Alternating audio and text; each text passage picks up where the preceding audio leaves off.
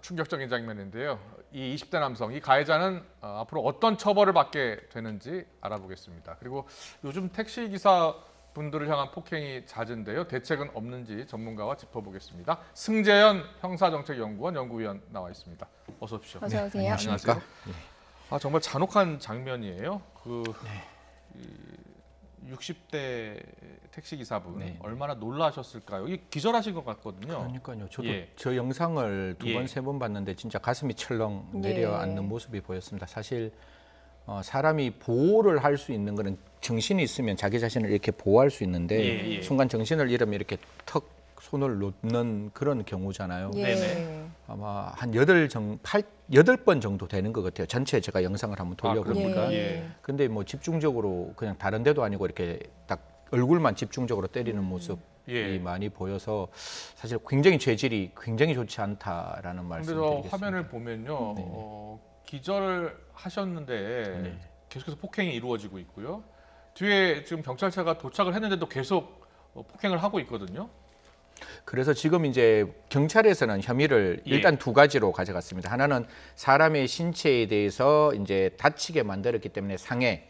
그다음 두 번째는 그 경찰관에게 침을 뱉었기 때문에 공무집행 방해의 두 가지 범죄로 지금 구속영장을 이제 청구했는데요. 여기서 저 시청자 여러분께 좀 말씀을 드리면, 야 이거 저 운전자 폭행 아니냐? 분명히 그 구토를 하고 구토를 했는 과정에서 시비가 붙었기 때문에 운행 중인 자동차고 그래서 이렇게 사람을 때리면 이거 3년 이상의 운전자 폭행에 해당되는 거 아니냐라고 하는데 사실 구속영장을 청구할 때는 명백한 사실로 청구하는 게 훨씬 더 타당성이 있어요. 쉽게 말하면 구속영장 70조에는 범죄 사실의 소명이 필요한데 분명히 명확하게 사람을 때린 부분은 보이거든요. 저 정도만 하더라도 제가 봤을 때는 범죄의 중대성은 무조건 인정될 수 있는 상황이고 일단 그거보다 높은 범죄를 가져갔다가 범죄 소명이 안 돼서 그 범죄 소명이 없다라고 구속영장 기각받으면 그건 더 큰 일이라고 생각하고 뒤에 제가 봤을 때 저 범죄는 지금은 상해지만 운전자 폭행에서 3년 이상, 상해가 나오면 3년 이상의 징역에 해당될 수 있을 뿐만 아니라 또 우리 형법상 중상해라는 것도 있습니다.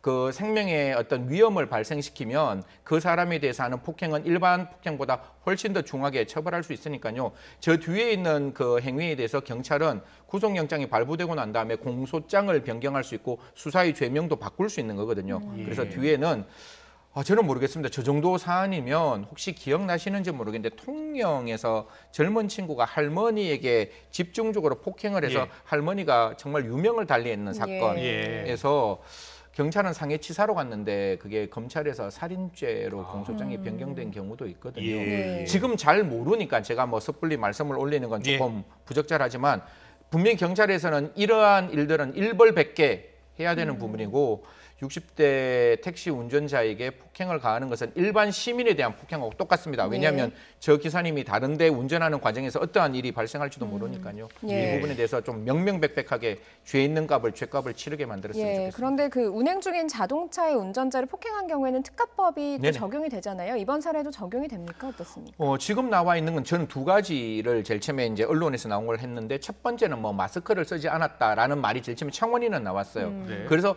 야 이건 마스크를 쓰지 않아서 성차 거부를 하면 그게 특가법이 적용될 수 있을까? 분명히 적용됩니다. 왜냐하면 특가법은 운행 중이라고 말을 하고 운행 중에는 성차와 하차의 준비도 포함되는 거니까 만약에 마스크를 쓰지 않았다 이 말이 팩트라면 그것도 맞고 지금 YTN에서 기사가 방금 속보로 올라왔듯이 경찰발로 분명히 안에서 운행 중에 구토를 하고 구토를 하는 과정에서 분명히 시비가 붙어서 싸웠다면 이거는 뭐 명백한 특가법 5조의 10 그거 상해가 발생했다면 3년 이상의 징역 3년 이상의 징역은 미니멈이 3년이고 최장 30년까지 가능한 어떤 형기가 나오기 때문에 좀 엄중한 처벌이 필요하지 않나. 요즘 보면 이 택시 기사분들이 폭행당하는 일이 잦잖아요. 좀 막을 수 있는 대책 어떤 게 있을까요? 저 택시 노조와와 그냥 이야기를 많이 했는데 보통 이제 외국에 가면 택시 운전사를 이렇게 가림막을 이렇게 해놓잖아요. 보호막이 있는데 그 보호막에 대해서 저 택시 운전자분들하고 많은 이야기를 나누었어요. 조금 뭐라고 하십니까? 불편하시다라는 분도 있고 또 안전을 위해서 필요하다라는 부분도 있는데요.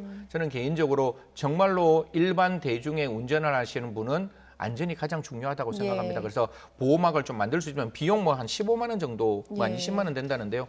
좀 이렇게 택시 회사에서 전향적으로 좀 생각하셔서 이런 예. 부분도 좀 그 택시 노동자의 인권을 위하고 안전을 위해서 꼭 좀 해주셨으면 하는 마음입니다. 예, 네네. 강력한 처벌 그리고 대책 마련으로 좀 이런 소식들이 들리지 않았으면 하는 바람입니다.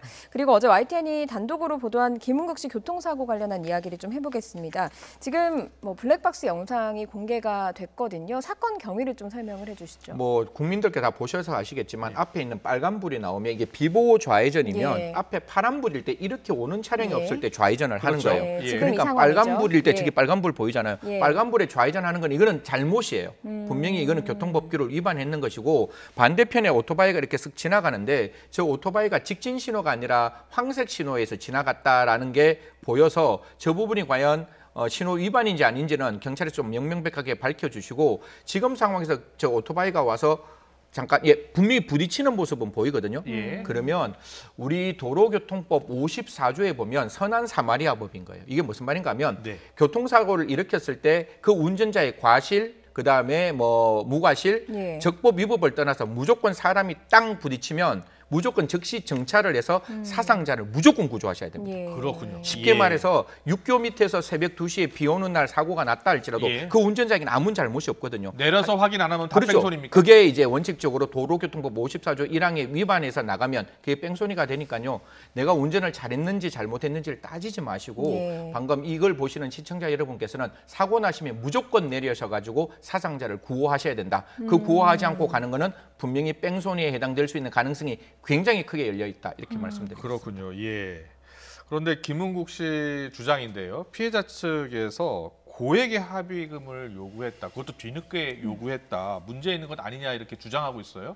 분명히 이 부분은 제가 봤을 때 그 부분의 말씀은 과한 거는 분명한 것 같아요. 이제 예. 어떻게 이야기를 하는가 하면 뭐 이 정도 사건을 잘 알고 있는 듯한 이야기를 하면서 예. 뭐 1년 이상의 뭐 징역 뭐 이렇게 쭉 이야기를 하면서 3천에서 한 3,500만 원, 정확하게 한 3,500만 원 정도 이야기를 하는데 예.